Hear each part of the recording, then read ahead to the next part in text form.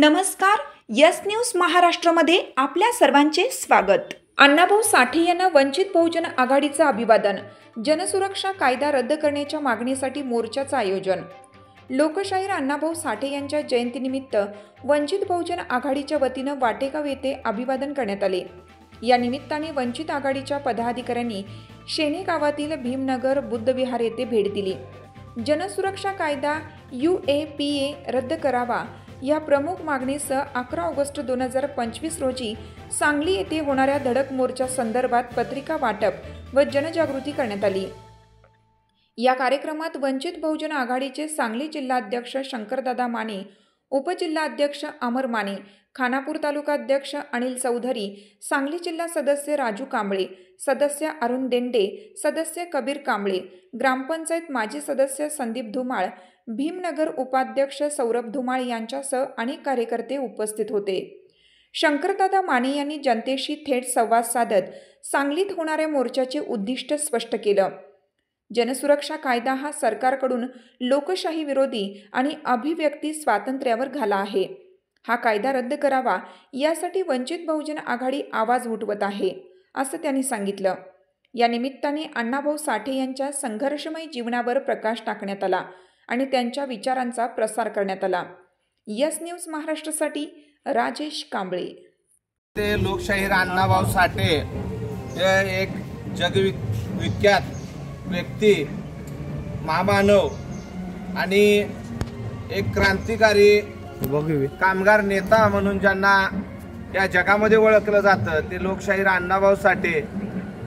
अण्णाभाऊ म्हणायचे, जग बदल घालून घावं मज सांगून गेले भीमराव। अण्णाभाऊ साठे हा एक क्रांतिकारी माणूस होता।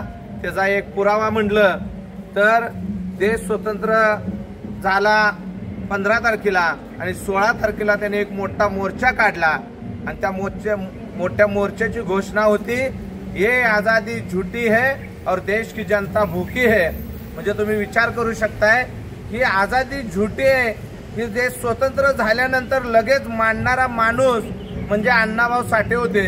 आणि असा क्रांतिकारी माणूस ज्यांनी आपल्याला बाबासाहेबांच्या विचारधारेवर चालण्याची भूमिका देऊन गेले, ती भूमिका आज आपण कुठेतरी विसरल्यासारखं आपल्याला दिसतंय। आणि ती भूमिका पुन्हा इथल्या वाटेगाव मधले जे तरुण आहेत त्या तरुणांनी पुन्हा ती घेतली पाहिजे।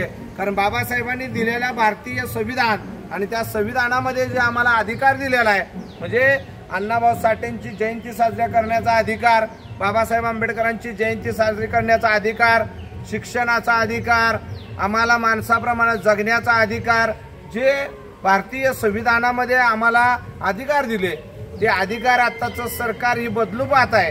आताच जनसुरक्षा कायदा म्हणून एक कायदा निघालाय आणि त्या कायद्यामध्ये आमच्यासारख्या लोकांनी, म्हणजे तुम्हाला माहिती म्हणून सांगतो, अण्णाभाऊ साठे हे डावे होते, कम्युनिस्टचं काम करत होते। मग अण्णाभाऊ साठे हे नक्षलवादी आहेत म्हणून ही सरकार आता डिक्लेअर करणार आहे। मग अण्णाभाऊ साठेंच्या जयंती दिवशी आपण विचार केला पाहिजे की या लोकांना यांची जागा दाखवून दिली पाहिजे। आणि या लोकांना जागा दाखवून देण्यासाठी 11 तारखेला आम्ही सांगलीमध्ये बाळासाहेबांच्या आदेशानुसार आम्ही एक मोर्चा काढलेला आहे। त्या मोर्चामध्ये प्रमुख मागणी अशी आहे की लोकपाल जे आहे, जनसुधार कायदा जो आहे तो कायदा काळा कायदा आहे, तो काळा कायदा रद्द झाला पाहिजे। या कायद्यामधली जी भूमिका आहे ती भूमिका त्या पद्धतीने स्पष्ट झाली पाहिजे। या कायद्यानुसार भारतीय संविधानाच्या अभिव्यक्ती स्वातंत्र्य जे दिले जाणार आहे ते स्वातंत्र्य आहे ती नष्ट करण्याची जी भूमिका या सरकारची आहे ती नष्ट करण्याच्या दृष्टिकोनातून यांनी काम करायला लागल्यात, ती कुठेतरी बदललं पाहिजे ही त्या मोर्चाची प्रमुख मागणी आहे। आणि ही मागणी घेऊन आम्ही आंदोलन करणार आहे। हा आंदोलन फक्त प्रदीप इथवर थांबणार नाही, जो कायदा जोपर्यंत माघारी घेतला जाणार नाही तोपर्यंत हे आंदोलन केलं जाणार आहे। कुऱ्हाड आहे, या मनुवाद्यांनी ही कुऱ्हाड आपल्या नरड्यात ठेवलेली आहे आणि ही जर कुऱ्हाड काढायची असेल तर आपल्याला आंदोलन करणं गरजेचं आहे। नाहीतर आपण अण्णाभाऊजी आज आपण जयंती करतोय ही भविष्यात होणार नाही, बाबासाहेबांचं नाव बुडणार। आणि ही जी मनुवादीने जनसुरक्षा कायदा विधेयक आणलेला आहे हे 288 आमदारापैकी एक आमदार उघडला तर 287 आमदार त्याला यांनी खतपाणी घातलेलं आहे.